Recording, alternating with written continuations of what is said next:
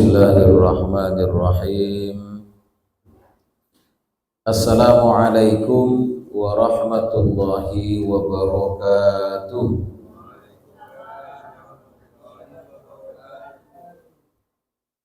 Hamdan wa syukran lillah, salatu wa salaman ala rasulillah Muhammad ibn Abdillah wa ala alihi wa sahbihi wa mawala.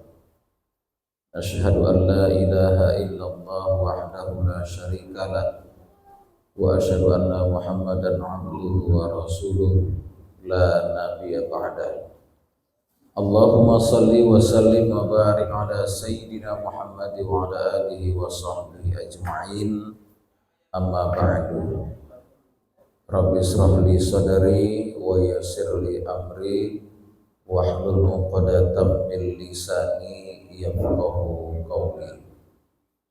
Subhanaka la ilma lana illa ma 'allamtana innaka antal alimul hakim.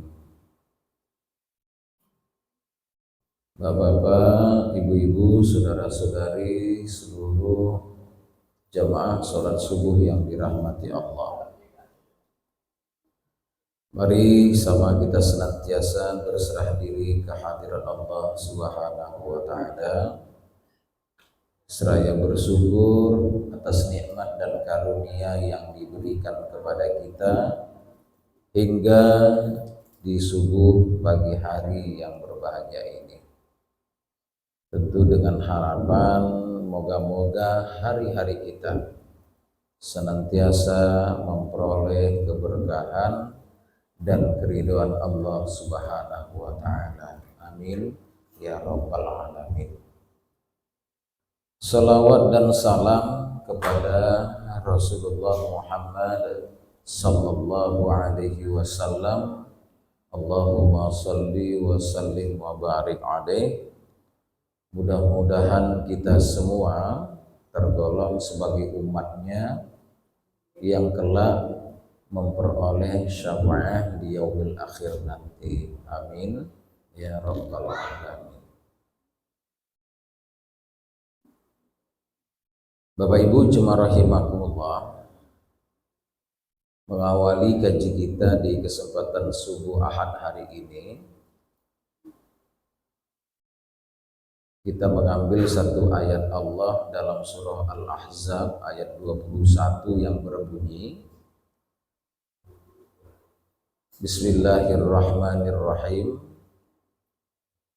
Laqad kana lakum fi rasulillahi uswatun hasanah liman kana yarjullaha wal yawmal akhir wa dzakarallaha katsiran. Shadaqallahul azim. Demi sesungguhnya pada diri Rasulullah itu adalah suri tauladan yang baik buat kamu, bagi orang-orang yang berharap rahmat Allah dan hari akhir, serta banyak berzikir kepada Allah. Bapak Ibu jemaah rahimakumullah, ayat ini diawali dengan kalimat laqad.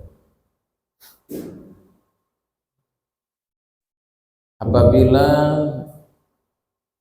ditemukan ada laqad, lam dan qad di dalam satu ayat, itu menunjukkan sebuah penguatan dan kepastian yang tidak diragukan. Ayat ini Allah jelaskan bahwa pada diri Rasulullah itu adalah menjadi contoh dan tauladan bagi kita. Ini juga dikutip dari ilmu nahwu yang dii'rabkan bahwa laqad itu adalah lamul qasam bimahzufin takdiruhu wallahi. Artinya ini ayat ada kalimat tersembunyi di dalamnya yang dimaknai dengan awal katanya, demi Allah sesungguhnya pada diri Rasulullah itu adalah tauladan yang baik buat kamu.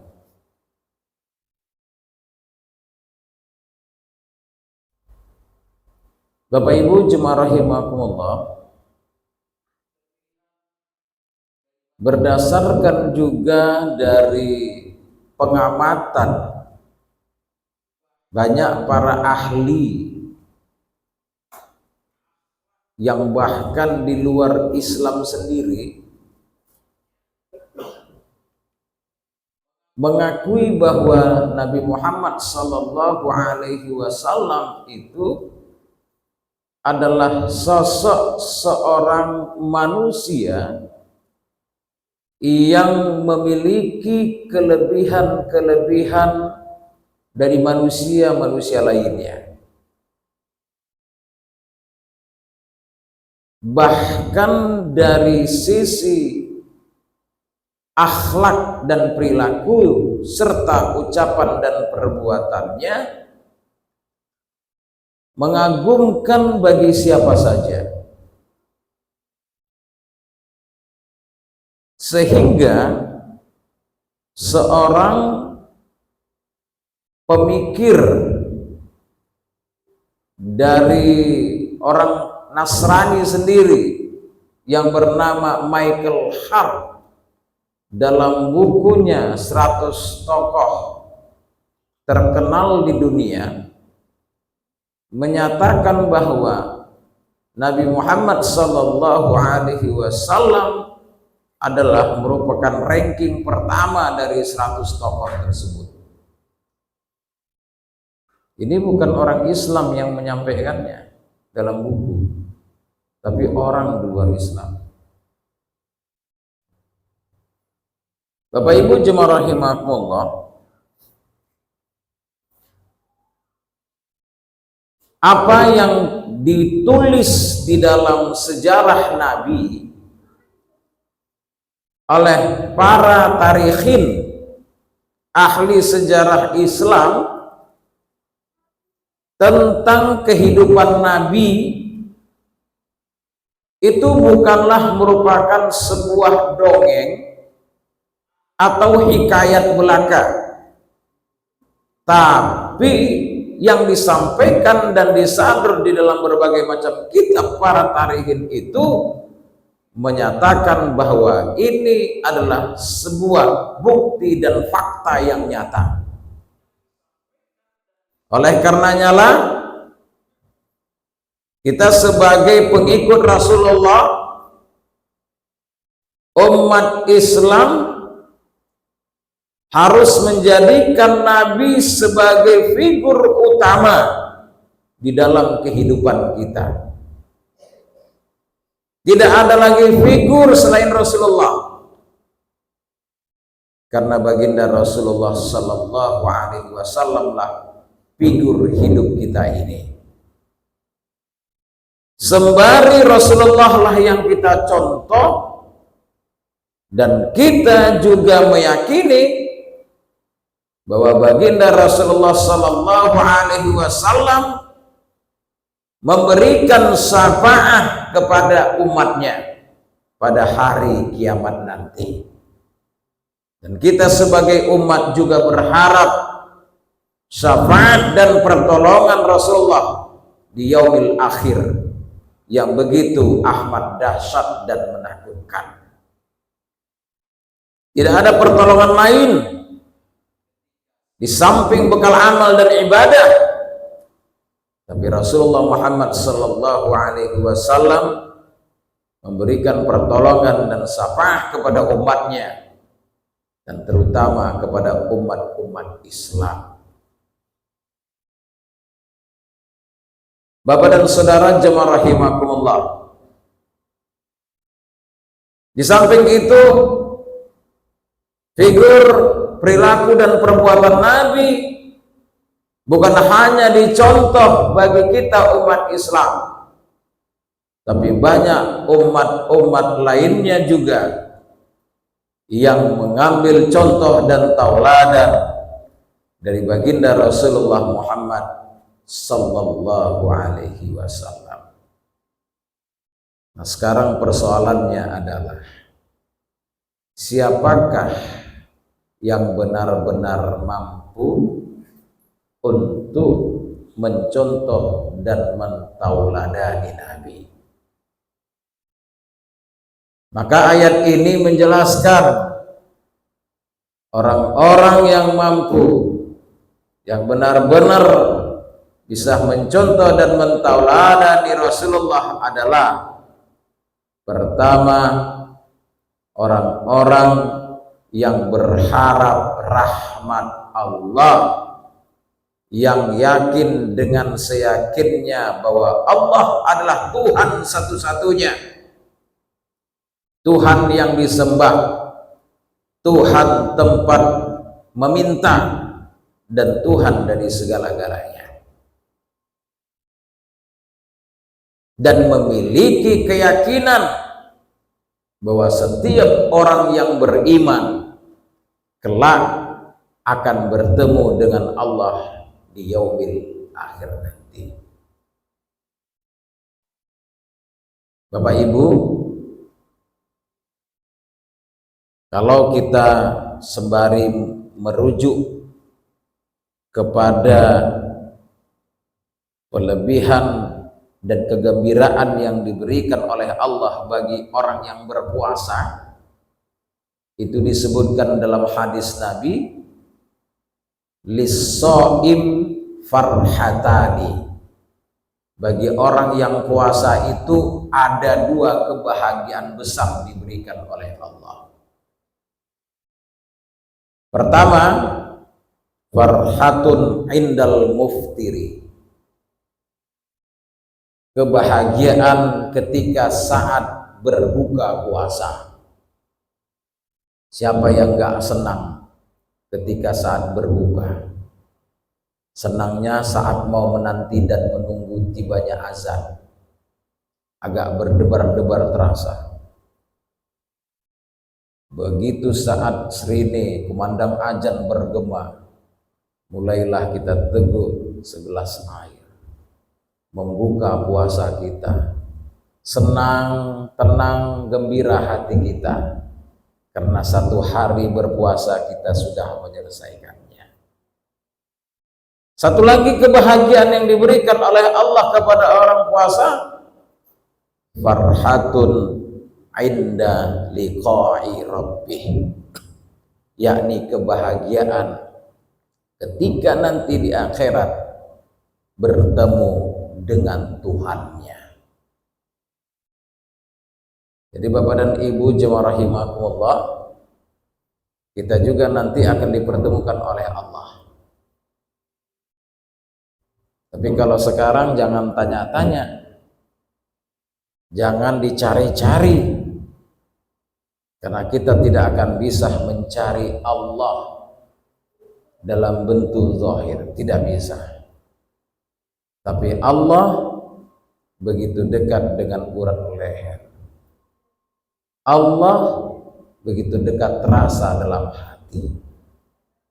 Keyakinan kita adalah bahwa ketika saat kita beribadah, terutama dalam ibadah sholat, yang kita ibadahi dan kita sembah tak lain adalah Allah Subhanahu wa ta'ala.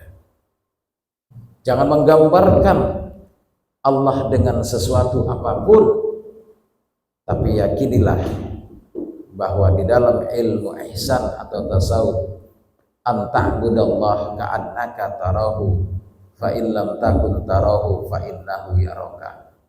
Engkau sembah Allah seolah kau melihatnya, tapi sungguh kau tak akan melihatnya. Sekalipun kau tak melihat Allah, yakinilah bahwa Allah itu melihat engkau. Bapak Ibu jemaah yang dirahmati Allah, orang-orang kafir mereka mengingkari Allah, mengingkari hari akhir, mengingkari bertemu dengan Tuhannya di kala saat hari kiamat nanti. Maka di dalam Al-Quran disebutkan bal hum bi liqa'i rabbihim kafirun. Mereka tuh sama sekali memang dinyatakan Nabi bahwa kelak di akhirat akan bertemu dengan Allah, dengan Tuhannya, mereka mengingkarinya.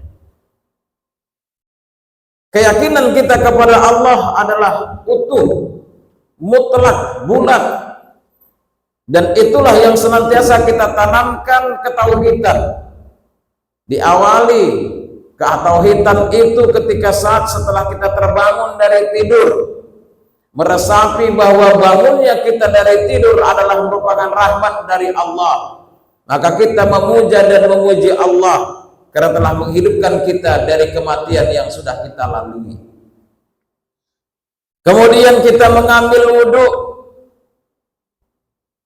bersuci, melaksanakan ibadah salat seperti yang kita lakukan salat subuh secara berjamaah. Tapi kita juga tidak meninggalkan kalimat tauhid yang memberikan sebuah sinar baru, sinar terang baru di satu hari dengan ucapan la ilaha illallah yang kita tahlilkan, yang tujuannya tak lain tak bukan agar hati kita, keimanan yang tumbuh di dalam hati kita terus terpancar dengan sinar ilahi. Makanya di akhir dari ucapan tahlil itu dikatakan, Bapak dan Ibu, kalimatu haqqin 'alaiha nahya wa 'alaiha namut wa 'alaiha wa biha nub'atsu insyaallahu minal amin. Kalimatun haqqin 'alaiha nahya. Inilah kalimat yang hak, yang kita memulai hidup dengan kalimat ini. Dan dengan kalimat ini nanti kita berharap mati. Dan pada saat dibangkitkan dari kubur kita, kita juga dengan kalimat ini menjadi orang-orang yang diberikan rahmat oleh Allah. Di dunia mendapat rahmat Allah, di kubur dan mendapat rahmat Allah kelak di akhirat nanti. Jadi Bapak dan Ibu jemaah rahimakumullah, keyakinan kita kepada Allah tidak bisa diganggu-gugat, dan itu tetap kita pertahankan sampai akhir kehidupan kita. Dan orang-orang yang punya keyakinan utuh kepada Allah, maka dia akan berusaha mencontoh Rasulullah, karena Rasulullah lah yang sudah mengajarkan bagaimana menanamkan ketauhidan.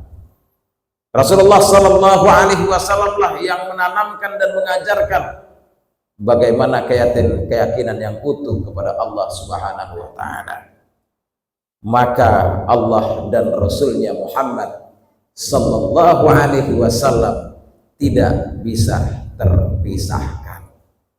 Kesatuannya itu kita lihat dalam kalimat syahadatain yang berbunyi asyhadu alla ilaha illallah wa asyhadu anna Muhammadar Rasulullah. Orang-orang musyrik, orang-orang kafir Quraisy, Bapak dan Ibu, mereka semuanya adalah orang yang mentuhankan Allah sebagai Tuhannya. Tetapi kemusyrikan mereka disebab penyembahan berhala yang menjadi perantara menuju Allah Subhanahu wa taala. Mereka juga Tuhannya Allah, mengakui Allah Tuhan, tetapi menuju Allah mereka memberikan perantara melalui patung-patung berhala, baik yang bernama Lata, Uzza, Manat, dan Hubal, yang menurut sejarah di sekitar Ka'bah 360 patung yang berdiri kokoh di sana. Begitu Fathul Makkah, penaklukan kota Makkah bersama Rasulullah dan para sahabat dan pasukan Islam, maka patung berhala pun ditumbang dan dimusnahkan demi untuk mewujudkan satu ketauhidan teguh. Tauhidkan Allah, Tuhan satu-satunya.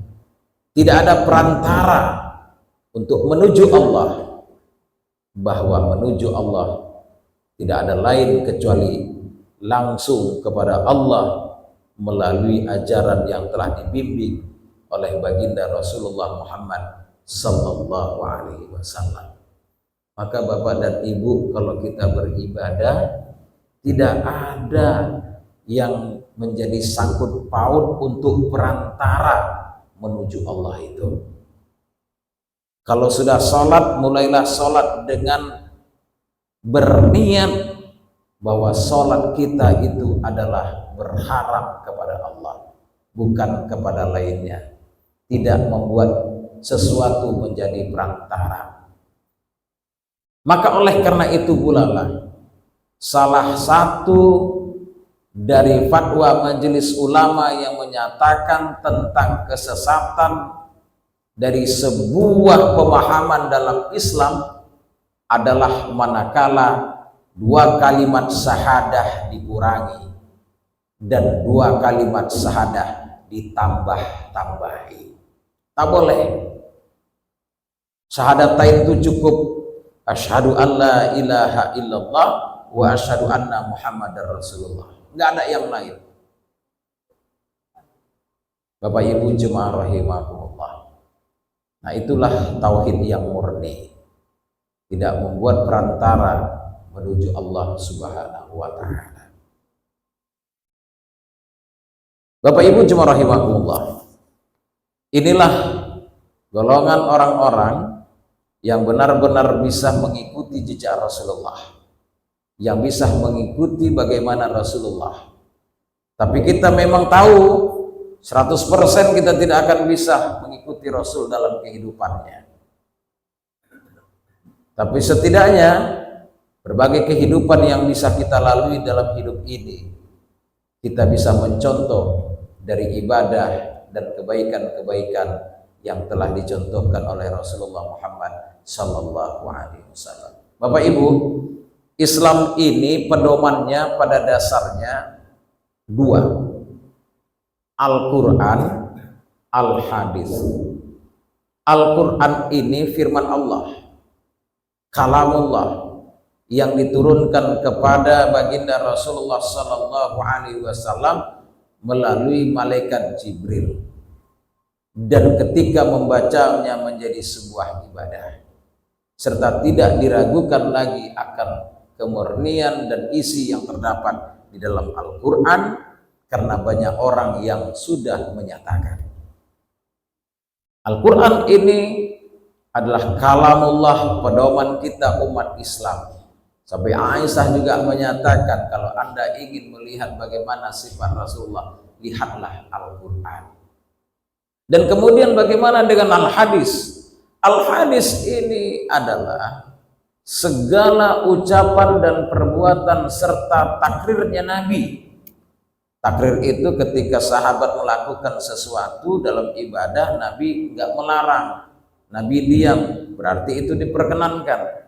Nah, segala macam bentuk ucapan, segala macam bentuk perbuatan yang dilakukan Nabi dan apa yang didiamkan Nabi terhadap sahabat itu merupakan hadis pedoman kita. Jadi apa yang diucapkan Nabi itu jadi pedoman kita. Apa yang dibuat Nabi itu jadi contoh bagi kita. Tidakkah tentu ini menjadi sebuah bukti nyata bahwa Rasulullah memang benar-benar adalah hamba Allah yang menjadi tauladan buat kita. Para ulama atau para tarikh Islam yang sudah menyadur tentang kisah kehidupan Rasul Muhammad sallallahu alaihi wasallam bukan mengada-ngada, yang menyebutkan bahwa apa yang dilakukan oleh Nabi masa hidupnya tidak terbersit dan terlihat dari kejelekan dan kehinaan di dalamnya. Bukan berarti hanya sekedar untuk menyanjung-nyanjung dan membesarkan Nabi. Tidak. Tapi ini memang adalah kenyataan. Karena hadis dari perbuatan dan ucapan Nabi itu diambil dan kemudian disebarkan serta sudah memiliki riwayat-riwayat dari satu ke satu orang kemudian sampai kepada Rasulullah Muhammad SAW. Ceritanya benar, ceritanya tidak bohong, ceritanya tidak dusta. Itulah hadis. Maka dalam ilmu hadis, hadis itu ada disebut dengan hadis dhaif, ada hadis hasan, ada hadis sahih. Hadis dhaif itu lemah. Kalau dalam Syafi'iyah, hadis lemah ini tidak bisa dijadikan dalil tapi boleh dijadikan amalan. Ada hadis sahih dan hadis hasan yang bisa menjadi dalil dan amalan. Bapak Ibu jemaah yang dirahmati Allah, adanya hadis sahih, hasan dan dhaif ini adalah merupakan klasifikasi atau pembagian yang sudah disadur oleh para tabi'in. Nah, ini hadisnya hadis sahih karena dari sumber yang benar-benar dari orangnya. Bapak Ibu, kami di pondok pesantren ada satu kitab hadis namanya Abi Jamroh, dan hadis itu diturunkan kepada kami dengan memakai sanad. Ya, saya diajarkan oleh guru saya. Guru saya mendapatkan hadis ini, kitab ini, belajar hadis ini juga dari gurunya. Gurunya juga dapat hadis dari gurunya lagi, sampai ke gurunya lagi, sampai terus kepada tabi'in, sampai kepada sahabat, hingga kepada baginda Rasulullah Muhammad sallallahu alaihi wasallam.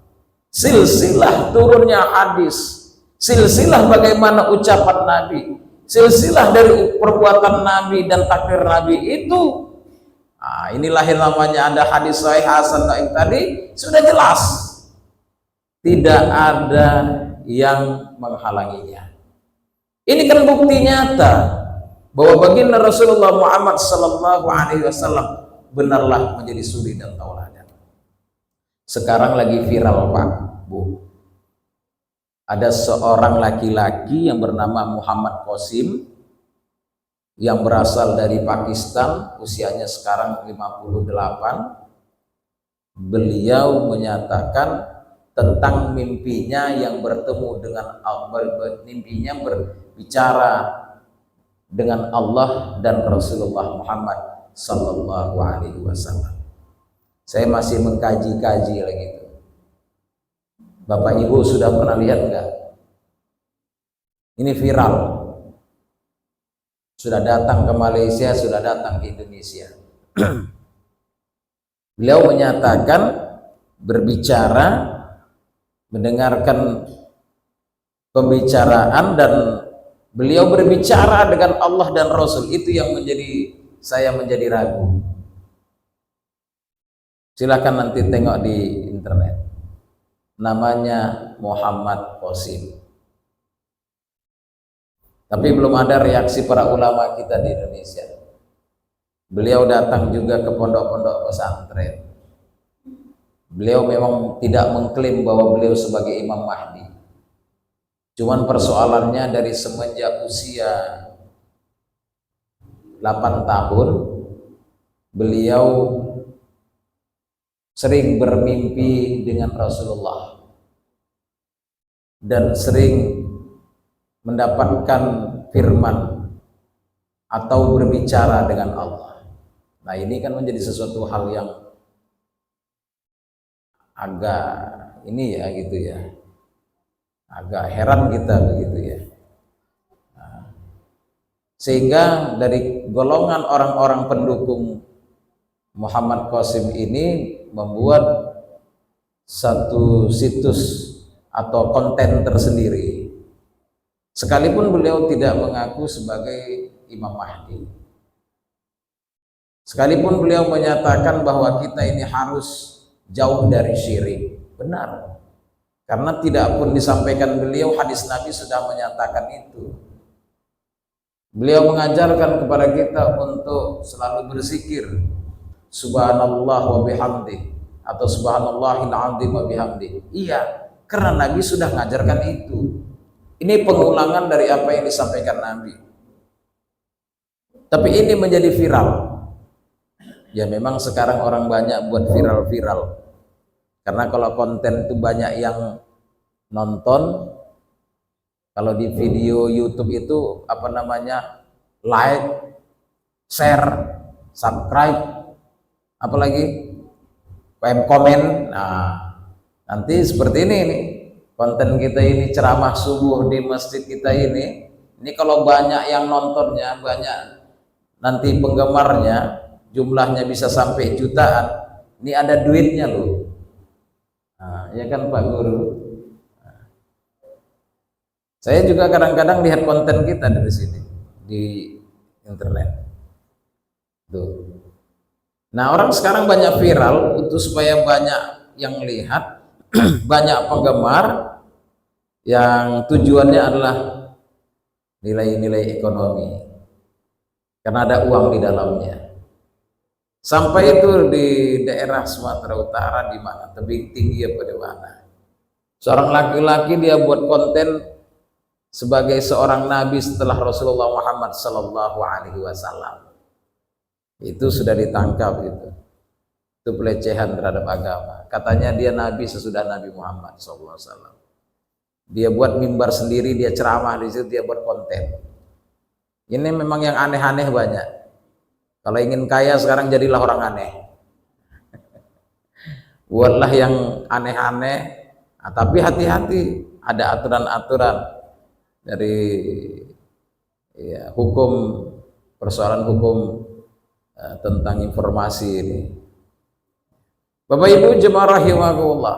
Nah, jadi tauladan kita itu ya Rasulullah, gak ada yang lain. Tapi syaratnya pertama, kita memang benar-benar orang yang mau betul mentauhidkan Allah sebagai Tuhannya. Kalau dia tidak mentauhidkan Allah sebagai Tuhannya, dia tidak akan bisa mengikuti Rasulullah. Bapak Ibu jemaah rahimakumullah. Kemudian yang kedua, apa cirinya lagi? Dia yakin datangnya hari kiamat. Hari kiamat itu adalah hari terakhir yang disebut dengan yaumul akhir. Namanya juga yaumul akhir, hari terakhir.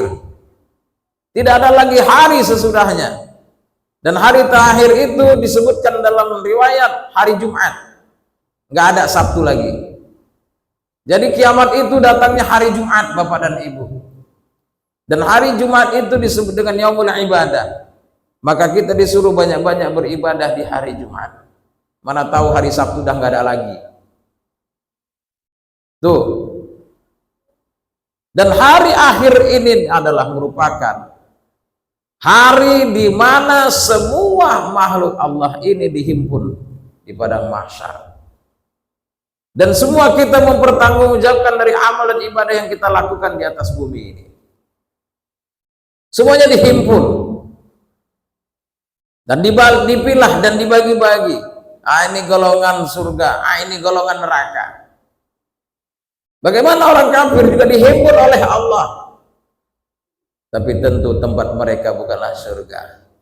Orang-orang kafir tempatnya adalah neraka. Bapak Ibu, Los Angeles di California, itu adalah merupakan kota yang tidak bertuhan. Mereka tuh orang ateis, tak bertuhan, dihuni oleh para artis konglomerat, orang-orang hebat. Donald Trump dengan kesombongannya menyatakan akan menjadikan Timur Tengah menjadi neraka. Ternyata sebentar saja Allah sudah jadikan Los Angeles, California menjadi neraka. Yang menakjubkan adalah ada masjid yang tidak terbakar, ada rumah mu'allaf yang tidak terbakar. Ada apa ini? Sekarang konten baru lagi menyatakan, dan mereka ini luar biasa terhadap kebusukan serta tertutupnya hati orang-orang kafir itu. seolah-olah mereka ada lihat UFO yang mereka tangkap, yang kemudian para UFO lainnya balas dendam. Akhirnya mereka serang di Los Angeles, California dengan senjata api. Wah, ini untuk apa? Untuk menghilangkan dari keyakinan orang-orang yang sudah berubah dengan kedahsyatan yang sudah ditunjukkan oleh Allah. Karena mereka merasa sombong, mereka enggak bertuhan. Langsung pasukan api yang diberikan oleh Allah. Saya mula pertamanya Bapak dan Ibu kayaknya agak ragu. Berita Los Angeles itu terbakar, saya pikir itu adalah hoax. Tapi ternyata kebenarannya memang. Dan ini baru hanya sepintas dari pasukan api yang ditujukan oleh Allah di belahan Amerika Serikat. Bagaimana nanti dunia akhirat? Semuanya habis binasa. Ketika saat bumi ini Allah goncangkan, goncang dengan segoncang-goncangnya. Idza zulzilatil ardu zilzalaha wa akhrajatil ardu athqalaha wa qala al insanu ma laha. Ketika bumi bergoncang dengan segoncang-goncangnya, maka dia akan mengeluarkan isi perutnya. Yang isi perutnya itulah yang menjadi persoalan kita sekarang. Apa isi perut bumi? Ada di dalamnya batu bara, ada di dalamnya emas, perak, intan, berlian, ada di dalamnya minyak berbagai macam. Nah, ini korupsi 271 triliun ya. Itu kan gara-gara itu kan Pak, tambang nih ya. Tuh, isi perut bumi. Isi perut bumi dikeluarkan oleh Allah, nggak ada lagi yang mau. Kedahsyatan pada saat itu membuat orang takut dan bertanya-tanya. Masing-masing bertanya, wa qalal insanu malaha, ya ada apa ini, kenapa seperti ini, kok bisa begini? Ternyata hari kiamat tiba, hancur binasa. Bapak Ibu jemaah rahimakumullah, luar biasa.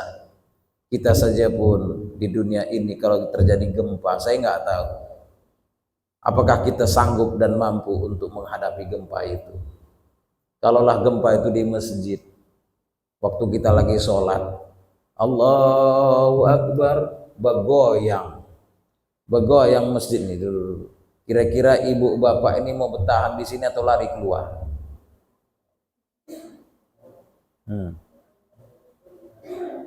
Tengok lampu itu goyang. Biasanya kan kalau kayak gini kan orang tengok lampu. Karena kalau lampunya bergoyang berarti gempa. Kalau nggak goyang, awak yang goyang berarti. Nah, iya kan? Wah, goyang. Kira-kira mau bertahan nggak di masjid ini? Lagi sholat nih, Allahu Akbar.